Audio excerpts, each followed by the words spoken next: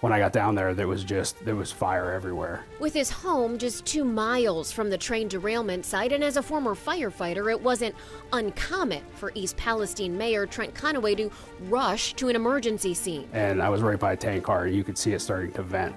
This was the unthinkable. The gear of his firefighters was literally melting.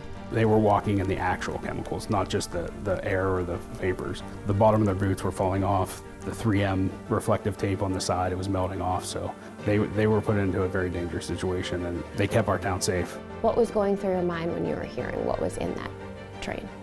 Fear. I was very fearful of our residents. As soon as we found exactly what was out, that's when I issued the order to get out. Including to his own family in the hours before the controlled chemical release, as he headed toward the command post. Because even though I knew it was going to go well, there's always that, Papa Bear instinct that, you have to protect your family. The toxic smoke plume that followed has left in its wake a dark cloud of unanswered questions and serious health concerns. Residents suffering from rashes and breathing issues. Well, it's unnerving. And I question it too. You walk through here, there's definitely a smell in here, and that's because the creek's right under us. And anybody that lives close to the above ground waterways and creeks, they're nervous. You can tell they're nervous. And the air is testing fine, but there's definitely a pungent smell. And I'm glad we have the health clinic open now that we can hopefully get people talking to the right people they need, toxicologists and registered nurses and doctors, and hopefully get them the answers they need. Well, you know what you saw. You know the chemical. It's in your water, and the government says levels are fine.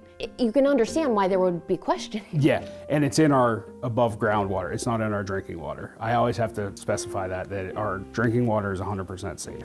But yes, our streams are definitely polluted, and it's going to take a long time to get that cleaned up, and we have to hold their feet to the fire, as I keep saying, that we have to make sure that they do the right thing. So far, the mayor says Norfolk Southern has kept its word, but there is a long road ahead, and what's also crucial, he says, is restoring some normalcy, some faith in the town itself. The big issue, and people think that it's not a big deal, but it is our youth sports program. We have a tremendous youth sports program in this area, and now we are getting told that people don't want to come to our town. But can you blame them? Yeah, well,